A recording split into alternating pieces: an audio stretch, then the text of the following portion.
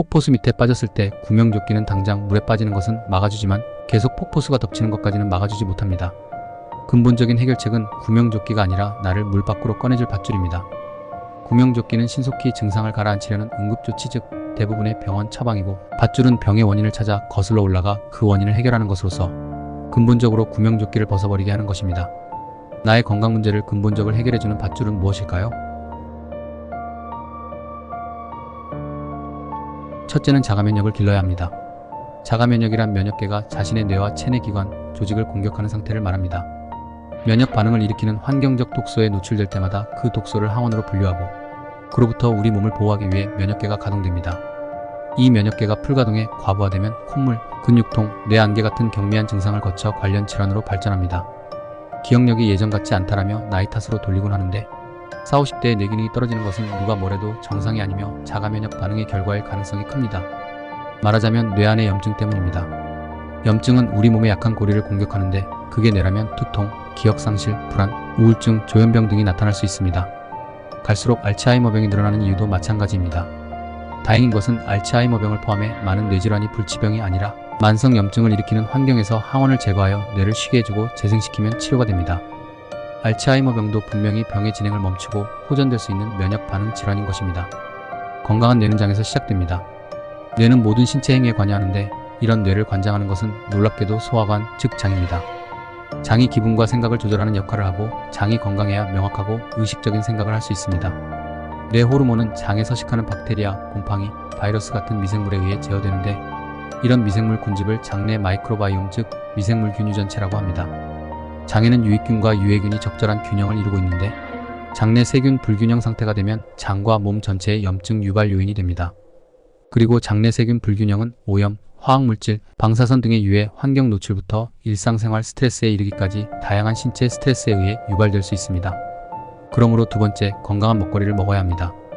우리가 먹는 음식 중에 유제품, 설탕, 글루텐은 대표적인 장에 안 좋은 음식으로 될수록 피해야 합니다.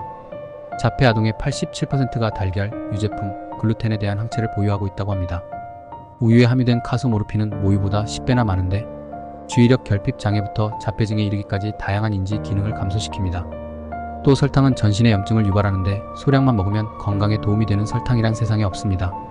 대부분 우유나 설탕에 대해서는 경계심을 가져도 밀가루 음식에 대해서는 특별히 경계를 안 합니다. 이쯤 먹는 정도야 큰 문제가 아니라고 생각합니다. 맞습니다. 조금 먹는 것은 당장 큰 문제가 없습니다. 그러나 그게 축적되면 문제가 아닌 게 아니게 됩니다. 미국이 인도와 중국에 이어 세 번째로 우울증 장애가 많이 발생하는 국가인 이유가 여기에 있습니다.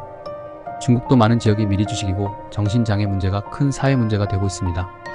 글루텐은 밀, 보리, 귀리 등에 들어있는 글루테닌과 글리아딘이 결합하여 만들어지는 성분으로 물에 용해되어 풀어지지 않는 성질을 갖는 부용성 단백질의 일종입니다. 인체에는 글루텐 단백질을 완전히 소화할 수 있는 효소가 없으므로 이런 곡물을 섭취할 때마다 염증과 장 투과성이 심해집니다. 셋째, 환경 독소를 인지하고 발생 환경을 멀리해야 합니다. 오늘날 우리에게 알게 모르게 노출되는 각종 환경 독소가 기하급수적으로 늘어나면서 어떤 의학저널에서는 인류 역사상 최초로 우리 아이들이 부모 세대보다 이른 나이에 죽을 가능성이 높아졌다는 내용이 발표되기도 했습니다. 덴마크의 실험 결과 이미 남성 정액의 질이 전반적으로 매우 낮아졌고 조부모 세대의 남성에 비해 정자수가 훨씬 적고 정자의 90% 이상이 비정상이었습니다.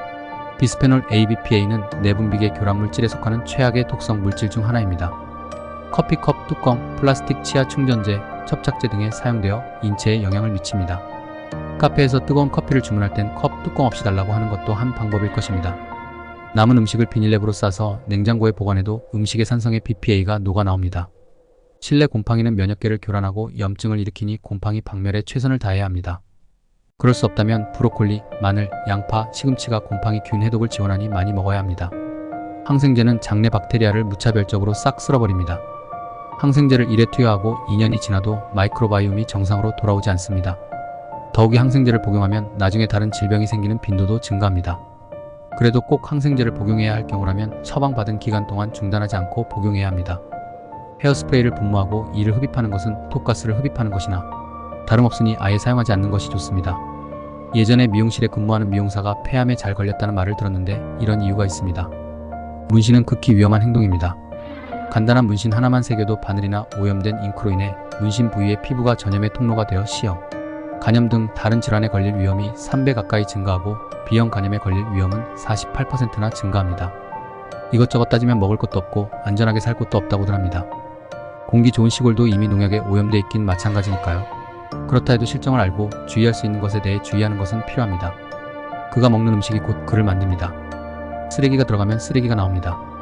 오래 사는 게 문제가 아니라 건강하게 사는 게 중요합니다. 말년에 고생하지 않으려면, 다음 세대를 건강하게 키우려면 무심코 지나치는 일상환경과 먹거리에 조금만 더 주의를 기울여야 하겠습니다.